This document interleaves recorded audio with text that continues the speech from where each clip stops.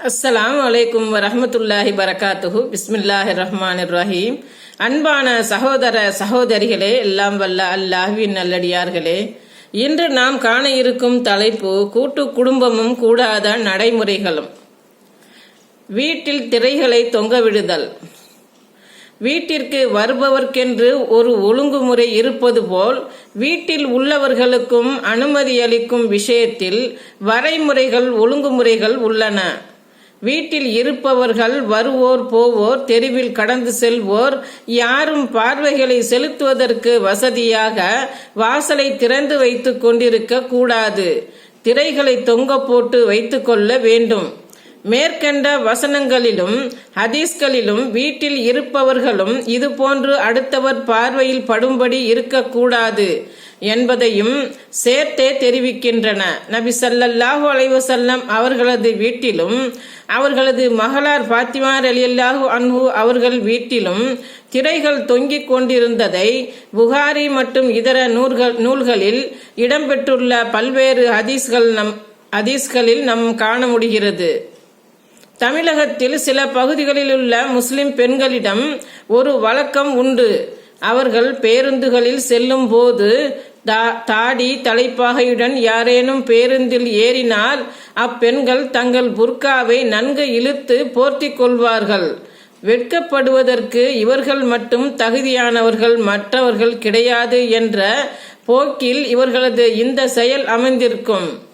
அதுபோல் இன்று புர்கா சட்டத்தை பேணக்கூடிய முஸ்லிம்கள், குறிப்பாக குர்ஆன் ஹதீஸை பேணக்கூடியவர்களும் வீட்டில் ஒரு வினோதம் நடக்கிறது.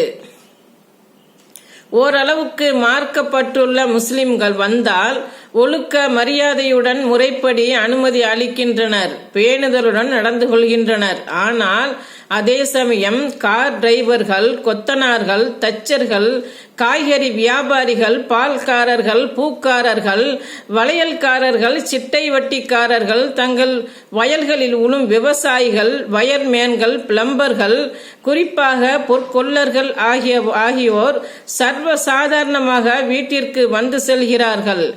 இவர்களை பெண்கள் கண்டுகொள்வதே கிடையாது.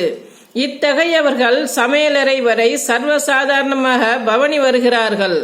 பெண்கள் அடுக்கலையில் சமையல் பணியில் இருக்கும் போது முற்றிலும் தங்கள் ஆடைகளை சரி செய்து கொண்டு நிற்க இயலாது. இது போன்ற கட்டங்களில் பெண்களும் வெட்கப்படுவதற்குரிய கட்டங்கள் என்று கருதுவது கிடையாது. இது போன்ற சந்தர்ப்பங்களில் அந்நிய ஆண்கள் சர்வசாதாரணமாக வீட்டிற்குள் அனுமதிப்பது இறை கட்டளைக்கு மாற்றமானதாகும். இதற்கெல்லாம் காரணம் அல்லாஹ்வின் கட்டளையை முழுமையாக உணர்ந்து செயல்படாததுதான். தமது பார்வைகளை தாழ்த்திக் கொள்ளுமாறும் தமது கற்புகளை பேணிக் கொள்ளுமாறும் நம்பிக்கை கொண்ட பெண்களுக்கு கூறுவீராக. அவர்கள் தமது அலங்காரத்தில் வெளியே தெரிபவை தவிர மற்றவை வெளிப்படுத்த வேண்டாம். தமது முக்காடுகளை மார்பின் மேல் போட்டுக் கொள்ளட்டும்.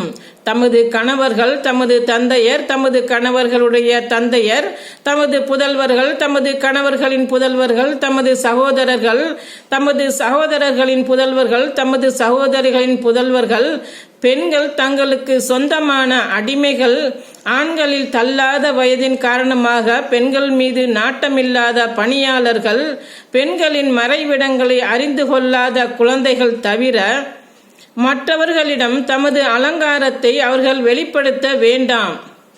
அவர்கள் மறைத்திருக்கும் அலங்காரம் அறியப்பட வேண்டுமென்பதற்காக தமது கால்களால் அடித்து நடக்க வேண்டாம்.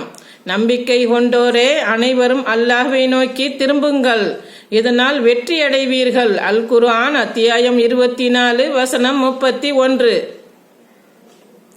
இந்த இறை கட்டளையை பெண்கள் பேணி நடக்க வேண்டும். இந்த இறை கட்டளைகளை பேணி நடந்தால் நம்முடைய கூட்டு குடும்ப வாழ்க்கை மிக சிறந்த வாழ்க்கையாக, ஒழுக்கமான வாழ்க்கையாக, மறுமையில் வெற்றி பெறக்கூடிய வாழ்க்கையாக அமையும் என்பதில் எந்த சந்தேகமும் இல்லை. அஸ்ஸலாமு அலைக்கும் வரஹ்மத்துல்லாஹி பரகாத்துஹு.